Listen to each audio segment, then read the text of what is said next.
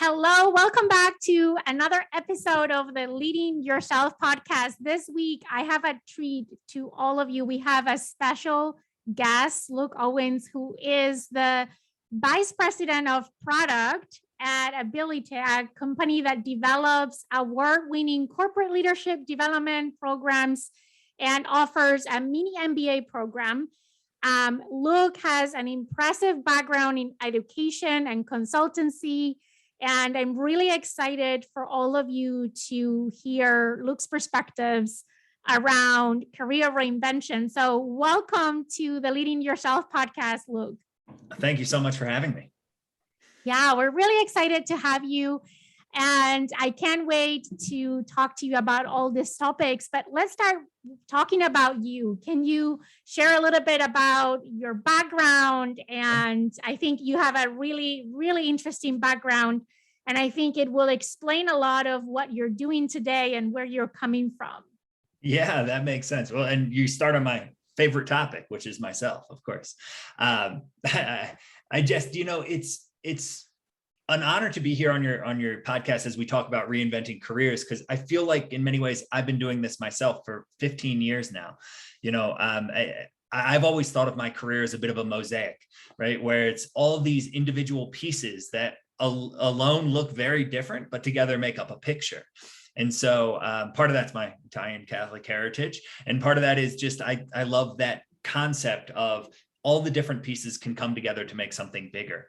And so when I look at my career, and I can give you the long story or the short one, it has so many different stops. It has stops being a consultant at McKinsey twice, right? It has a stop in business school where I started teaching at the undergrad and fell in love with education. It has a stop more in your field where I ran a people department at a 500-person company and eventually got fired and had to go take a sabbatical and go do other things and kind of reinvent myself again. And then it finally has this stop now where I'm running product at an ed tech startup of 22 people who are building new things every day and building new things in my field every day.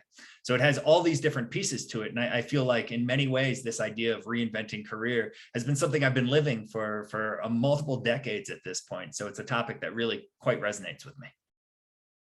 I love how you define it as a mosaic, right? Because I think a lot of times we can see it as pieces that are separate, right? But I love the idea of all these pieces coming together to form a masterpiece, because I'm sure that a lot of the things that you learn in every one of those stops, right, and skills that you develop, you've been able to transfer to the next experience, even if that experience looks completely different from the previous one. It's such a good point. And, I think we're going to talk about it even more later, but at this time of change with the pandemic happening, at this time of change with virtual work picking up, the opportunities that are in front of us might look nothing like the experiences we had in the past. And somehow, some way, this idea of how we put together those experiences we had in the past, how we learn the right things to bridge the gap, and then how we identify and go after the opportunities of the future is one of the core challenges of managing your career in today's world. And I would say that, I feel blessed to have had multiple networks and multiple mentors who have helped me through that. And it looks like a clean story looking backwards, but looking forward and living it, there was times of uncertainty. There was times of change. There was times of, I don't know what's coming next. And it becomes one of those things where, you have to figure out what you do and figure out what the opportunities in front of you that you want to do in the future are. I love that. And I resonate with that so much. You touch on the pandemic, and I personally, I work in HR, and I've been in HR for the last 18 years. And I've seen two big trends after the pandemic. And we hear about the Great Resignation and all of these things, but behind all of that, I've seen two things. One, I think that when the pandemic kicked in, it was such a moment of uncertainty for all of us that a lot of people put their careers on hold to focus on surviving and how can I be effective at work in whatever I was doing by working from home, which a lot of people had never done before. And as we come out of the pandemic, I mean, we still hear about COVID, but life is completely different than it was 2 years ago. I Totally. think that out of that, there's two big things that I've seen. One, people that are reassessing their priorities and saying, you know what, this is not what I want to do. I want to go in a different path and reinvent my career and with that, my lifestyle. And then Yeah. I see the other part of people, another big chunk of people that kind of put their careers in standby. And Mm, now they're like, okay, now that we're back to a sense of normancy, whatever normancy means these days, yeah. I want to refocus on growing my career and going to that next level. And I'm really interested to see how do you see this from where you are, from your perspective? Absolutely. I think it's such an interesting thing how much has changed recently and how much has now become conscious and intentional choices by people when they manage their career. And I think that's the lens I look at the two groups you're talking about through, which is there's been a push toward people becoming just extraordinarily conscious about what they want out of their careers and what they're willing to give it to. When they were in that survival mode, it became, how do I just survive from one day to the next? And how do I keep up my job and keep up the stability and keep supporting my family and figure out how to work in a totally new environment where I'm on Zoom or wherever I am on a daily basis.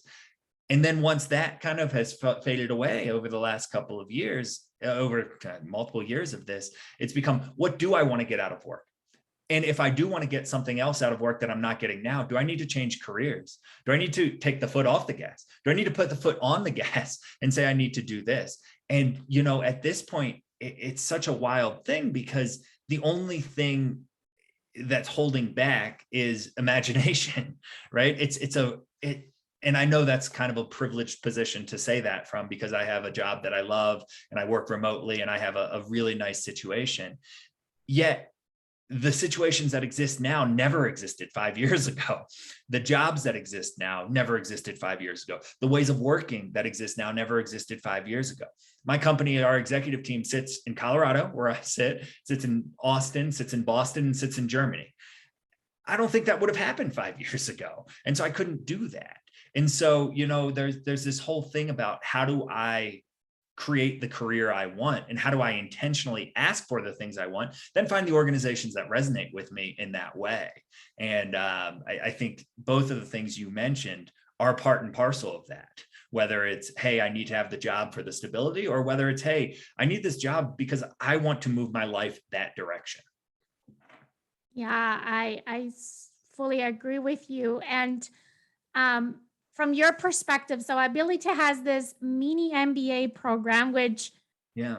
before I ask anything else, let's talk about it, because I think I want to go deeper into how this program could be a way of people finding that what is next in their career. But let's start by, can you share a little bit about this mini MBA program? What is a mini MBA? How it is different from what we traditionally know as an MBA? Because I think this is, at least for me, when I saw it, I'm like, oh, this is different.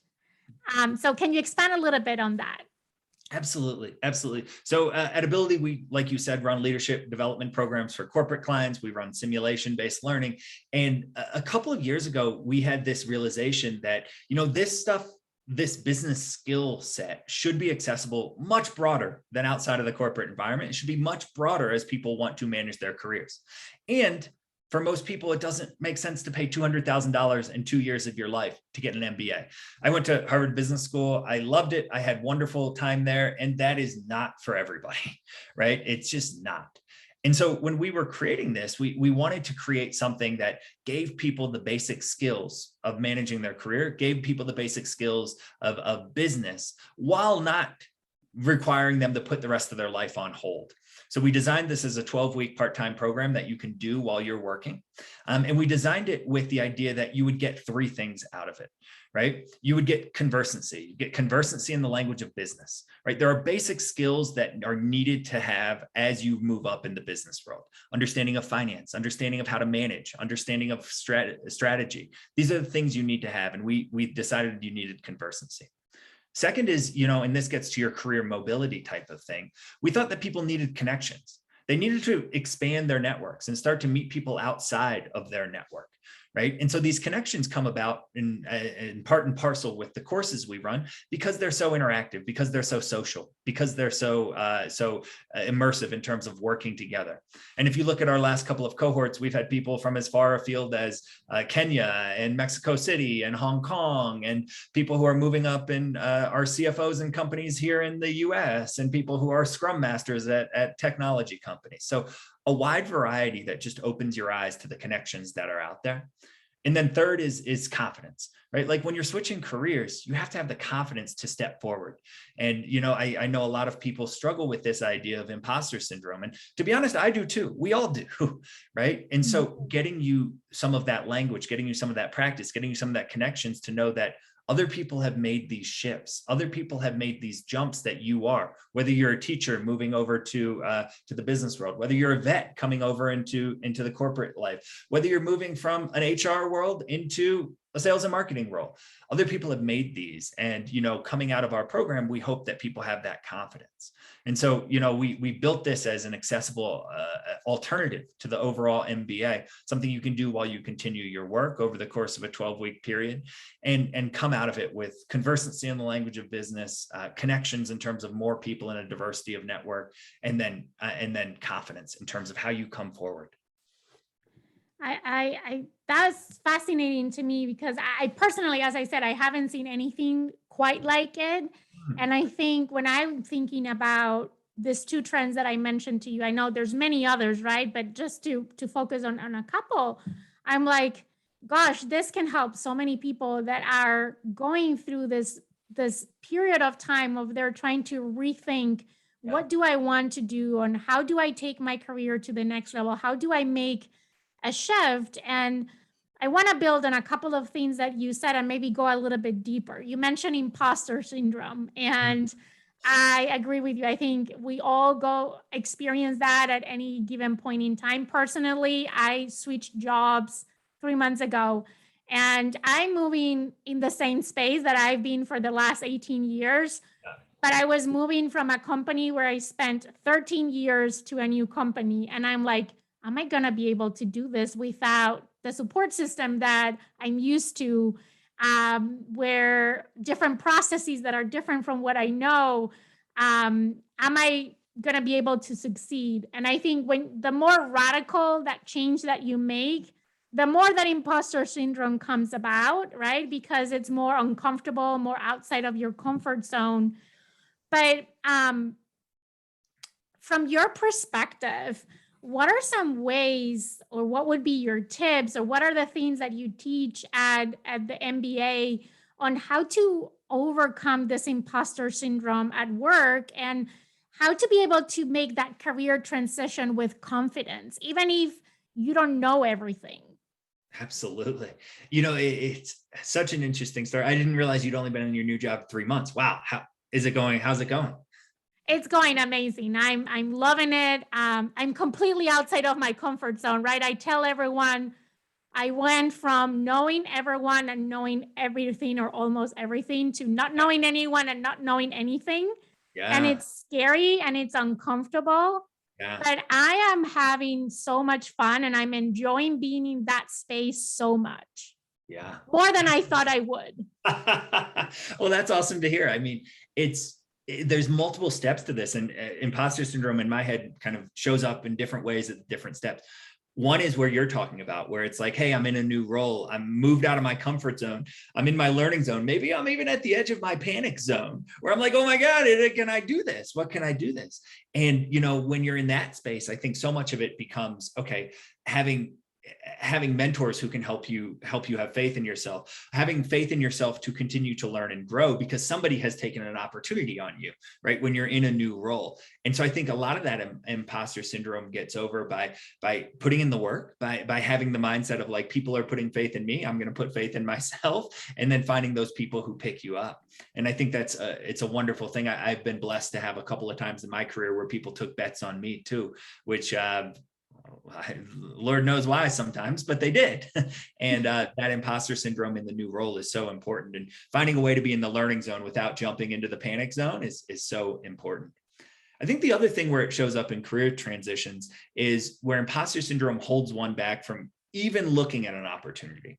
And the seminal work on this, I'm sure you're familiar with it as a talent development person, is the idea of, and it was a gendered study where it was years ago. I don't know if it's still relevant, but it always sticks in my head, where it's men and women and how they look at job descriptions. And if there's 10 things on a job description, the classic trope was that men would go in and find 2 things on there that they could do, and they would apply and they'd say, I can do these 2 things. Now let me do this.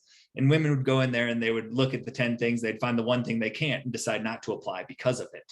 And I think that whether or not that story is still relevant in today's world, I think it was from 15 years ago, that research, but it is a really wonderful, I think, just example of how imposter syndrome rears its head, where it's like, I'm seeing opportunities that I'm excited about, but because I don't know if I'm ready, I don't even put my name in the hat.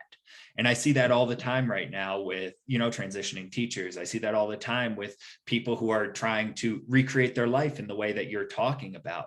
And I think that the observation I have and the advice I have are, the observation is we all feel that, right? We all feel that thing of, can I actually do that? Will they let me do that? What can I do? And my advice is, at that moment, take a breath, feel it, and then put your name in the hat. Put your name in the ring. See what happens. Those mixed metaphors somewhere, some way. Mm-hmm. But go push out for it. The world right now is open to those people who are willing to put in the work. And that doesn't mean it's going to be easy. And that doesn't mean it's going to be simple. But we are all feeling that imposter syndrome in some way, shape, or form.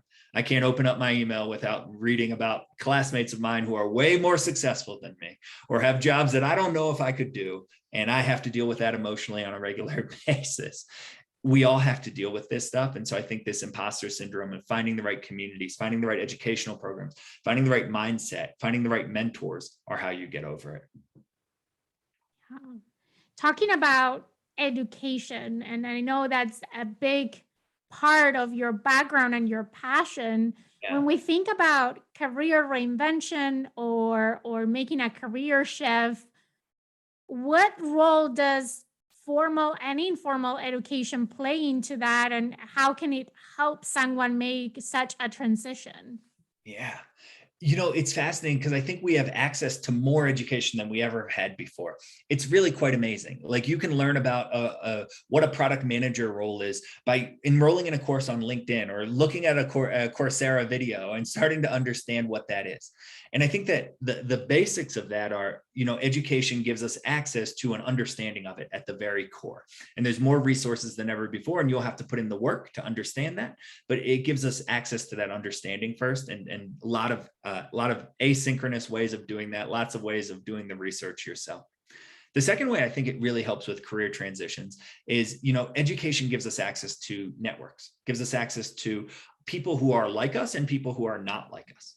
And I think a good educational experience, once you move beyond just understanding what a role may be, actually puts you in a place where you're testing out things, where you're saying, oh, here's what life as a product manager looks like. And I'm actually working with other people who want to be product managers. Can I actually see myself in there, or can I not? One of the things we like to do in our programs is put you in the role of an entrepreneur, have you run a business, have you realized how hard it is, put you in the role of an executive, have you lead a marketing team and say, is this actually something I want to do? And that's why we do all experiential based, sim-based learnings. It gives you an opportunity to try things out and gives you the opportunity to connect with people who are like you and not like you to see what works for you. And I think a lot of the formal education that's coming up around the boot camps, around tech boot camps, around coding boot camps, around even business boot camps and sales boot camps, comes one step after that, where it says, okay, I've understood what the roles are out there. I understand what the opportunities are. I've tried it a little bit, so I have a sense of what it is, whether it's through an educational program, through an experiential learning, through a network connection. And then the boot camps say, let's get you there as fast as you can. And then I think those things are really great, because at that point you already understand the role, you already understand where you're trying to get, you've tried it out, and then it just becomes putting on the blinders and putting in the work.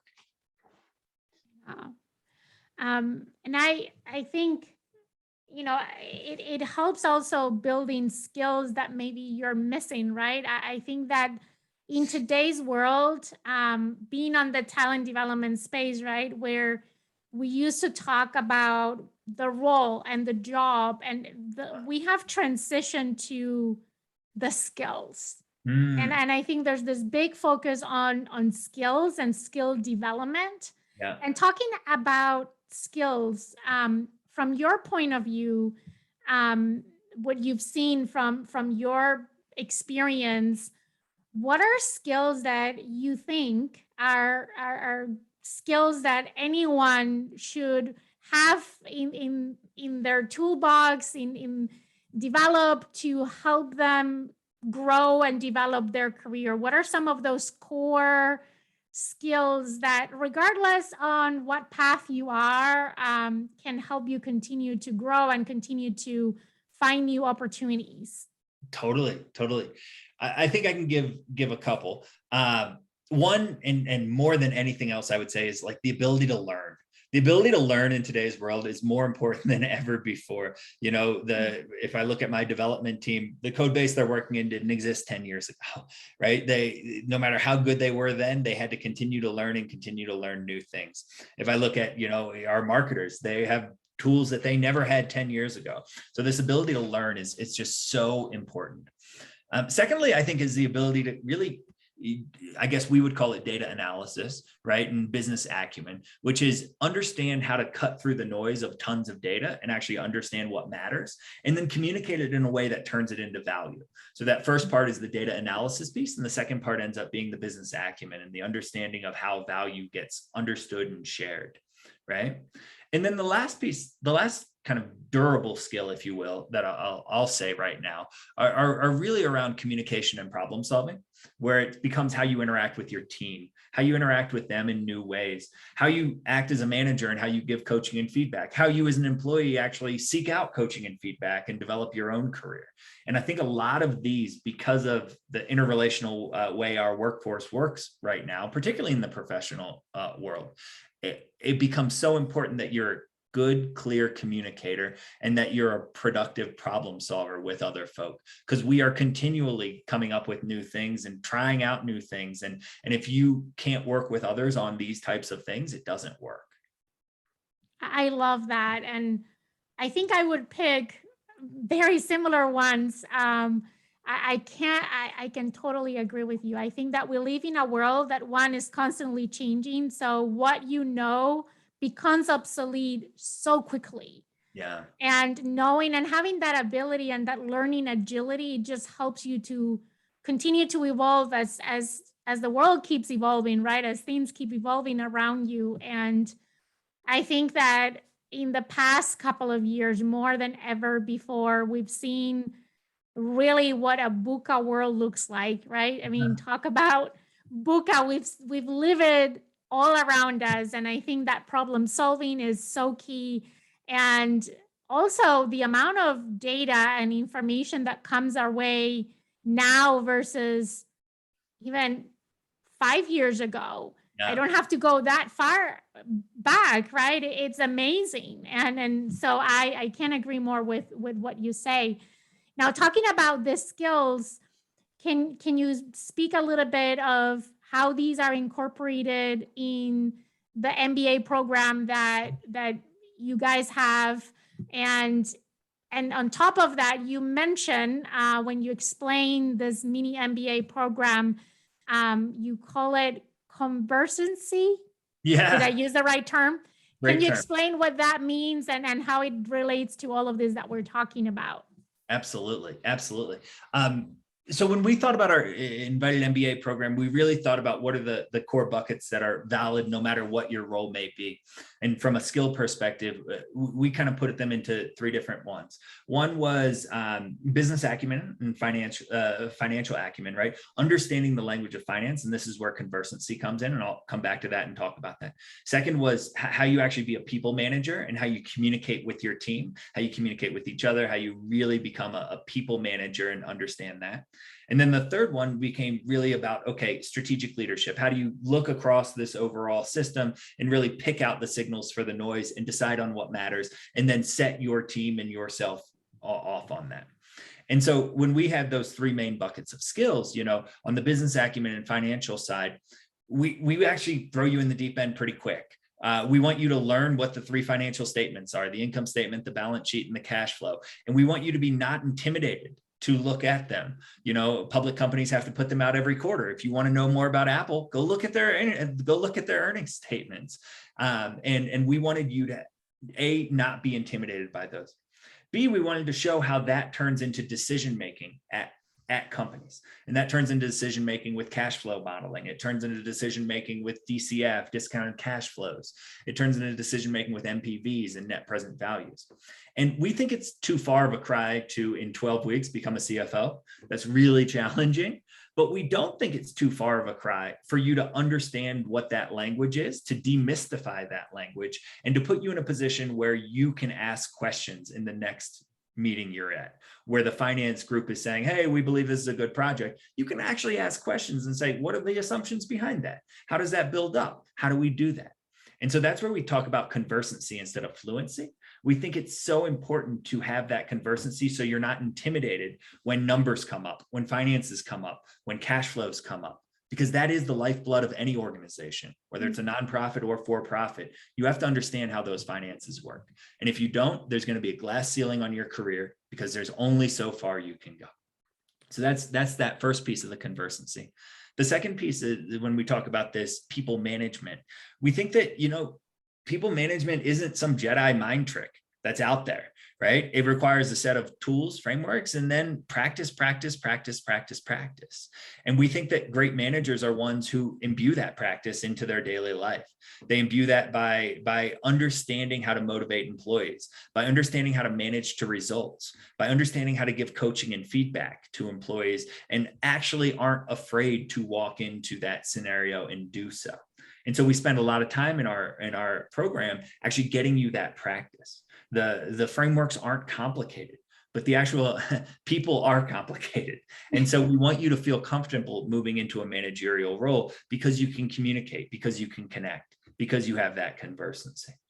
And then the last piece on the strategic thinking, we like to think of it a lot as, how do you work in this broader system?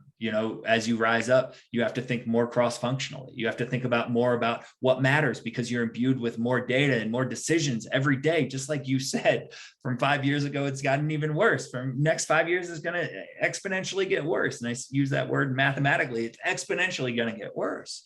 And so really starting to get the practice of picking the signal out of the noise. You mentioned the VUCA environment. We think the environment is only getting more VUCA. It's getting more volatile. It's getting more uncertain. It's getting more complex. It's getting more ambiguous. And in that world, your ability to have strategic decision-making is crucially important if you want to rise up at a company. Yeah, I love that. And I definitely can see that. And I think those are things that apply no matter whether you're starting your own business, whether you're working in a corporate world. And within the corporate world, being in HR, we made that transition years ago. But when I started my career in HR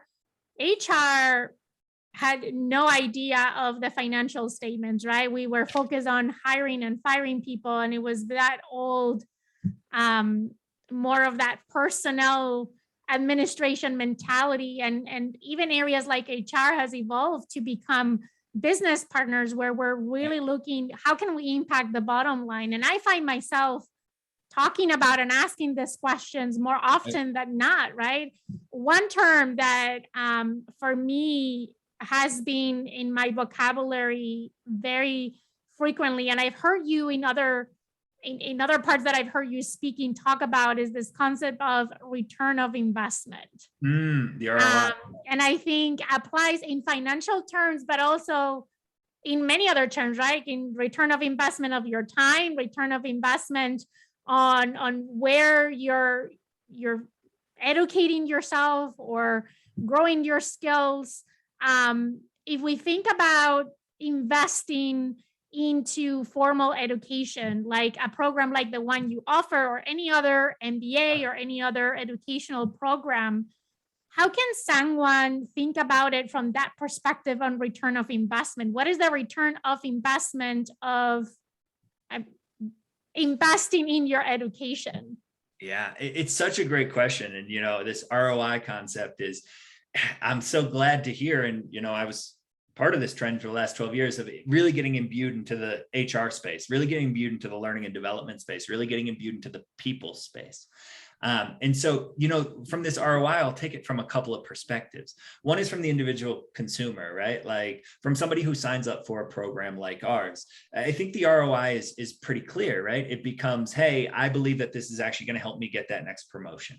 I believe that this is actually going to help me switch from this career to this other career. And it's going to make my salary change from this to this, right? And so I think a lot of when you think of ROI from the consumer side, it becomes, how does this help me make the next step in my career, or how does this help me make the transition I'm doing there? And we do that in a couple of different ways with different groups. We have different archetypes we do from a consumer. The other thing, since you and I spend a ton of time in the corporate space that I think is fascinating from this perspective, particularly with learning programs like ours, is how organizations are being really, really thoughtful about how they measure ROI, right? And I'll tell you that even in our consumer world of Invited MBA, we have more and more students who are getting their companies to pay for their existence in our program.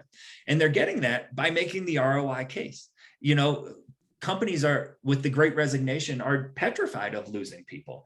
They're petrified of having their best performers all of a sudden one day show up on a Friday and say, hey, I'm starting at this other company on Monday, right? And so I think that you see more and more companies being really thoughtful about how they give employee benefits for things like learning and development, recognizing that it leads to an ROI through retention, leads to an ROI through more skill building that then makes them better at their job. And so I think that there's a whole reshuffling going on in this space of how the ROI comes from, who pays, and then who accrues it. Right? Because individuals who go through new trainings get new skills, they get new mindsets.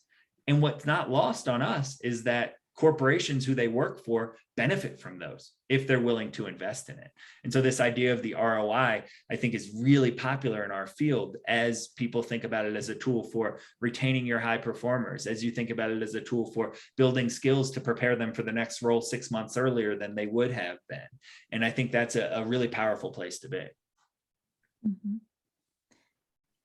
That is, I see it the same way. I think that I always try to think, first of all, with time being most precious resource, right? I'm always asking myself, what is the return of investment of my time? Because we're constantly making decisions on where do I spend my time, right? And I think, you mentioned it today, you can find resources and build skills in many different ways. Information is available, right? You can Google it, you can go to YouTube, you can go to a platform like Coursera or LinkedIn Learning or all these platforms, right? And find whatever it is that you're looking for. Yeah. And I think sometimes it's not only, the availability of the information, but it's how much time you need to invest in doing those things. And I think that's where a program that has been vetted and structured and curated can exponentially increase that return of investment, because it's been designed in a way that all the noise, back to what we were saying, right? There's so much out there that the noise has been taken out, and it's been curated and designed in a way that is going to maximize that return in your investment. I think that's where this structured programs add that additional value from saying, why should I go to an MBA if I can find all the information? Yeah. But I think that is the big difference. So what would be your perspective on that?